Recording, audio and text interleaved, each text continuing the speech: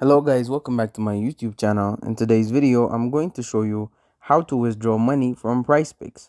First of all, you need to open up Prizepicks app on your mobile device, but before you move on to the next step, make sure you have met the playthrough requirement, which means using your total deposit. Along with that, your withdrawal amount must be $10 or more. From here, you need to look for this hamburger icon in the top left corner to access menu options, and then from the list of options, scroll down and tap on the request withdrawal. On the next screen, select the withdrawal method to proceed.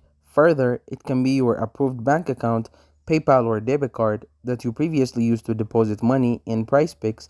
For this instance, I'll go with the debit card option. Next, enter in the amount you want to withdraw and then tap on this withdraw option. Right over here, you will then receive a one-time password via email for verification.